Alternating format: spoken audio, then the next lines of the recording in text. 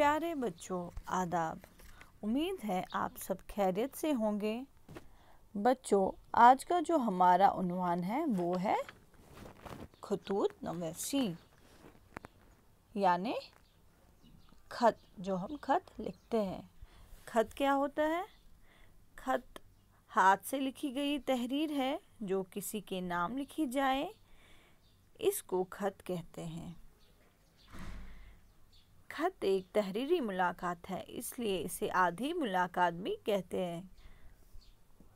इसलिए कहते हैं कि हम अपनी बातों को एहसासात में बयान करते होते हैं, हम उन्हें अपने आमने सामने नहीं देखते, इसलिए खत को हम आधी मुलाकात कहते हैं। हम इसमें अपने एहसासात लिखते हैं। खत के दो हिस्से होते हैं जिसे हम खत के काम कहते हैं। रस्मी खत, जिसे इंग्लिश में फॉर्मल लेटर कहते हैं, और गैर रस्मी खत। फॉर्मल रस्मी खत यानी जो हम खत हुकूमत या किसी भी इदारे के सरबराहों के नाम लिखते हैं, और गैर रस्मी खत हम अपने वालिदैन, रिश्तेदारों और दोस्त अहबाब के नाम लिखते हैं। खत के हिस्से। अब खत के हिस्से, पहला हिस्सा जो है, खत के 5 हिस्से होते हैं। पहला हिस्सा है मकाम रवानगी और तारीख। दूसरा है अलकाब। उसके बाद आदाब व तस्लीमात। चौथा खत का मजमून, और 5वां इख्तिताम मकतूब। पहला जो है मकाम रवानगी और तारीख, इसमें हम क्या लिखते हैं? इसमें हम डेट डालते हैं, कहाँ से खत रवाना करना है वो लिखते हैं। अलकाब यानी हम उनको किस नाम से पुकारते हैं, यानी प्यारे अब्बू जिनके नाम लिखना है, या प्यारे दोस्त, प्यारे चाचा जान। उसके बाद आदाब व तस्लीमात यानी दुआ, अस्सलामु अलैकुम या आदाब।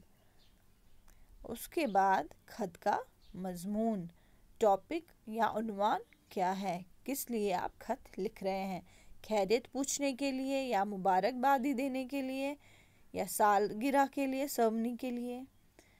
उसके बाद हमारा जो खत है वो इख्तिताम पे पहुंचता है, इख्तिताम मकतूब। वो सलाम, आपका दोस्त, ऐसे।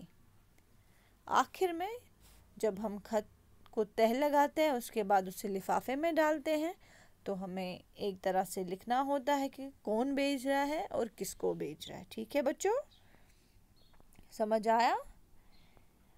और खत के कुछ उसूलात भी होते हैं। ठीक है, खत के उसूल। खत लिखते हुए चंद नुकात को मद्देनज़र रखिए।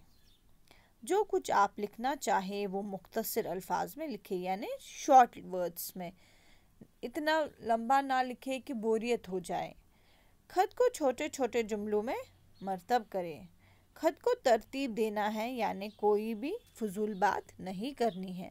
और सबसे आखिर में खत खुश खत होना चाहिए, यानी आपकी जो लिखाई है वो बहुत ही अच्छी हो, देखने वाला खुश हो जाए। तो बच्चों, ये खतूत नवीसी है। आपको अब समझ आया खत कैसे लिखते हैं, खत के हिस्से क्या हैं, खत के इकाम क्या है। तो बच्चों, ये है फॉर्मेट जिसे हम कहते हैं।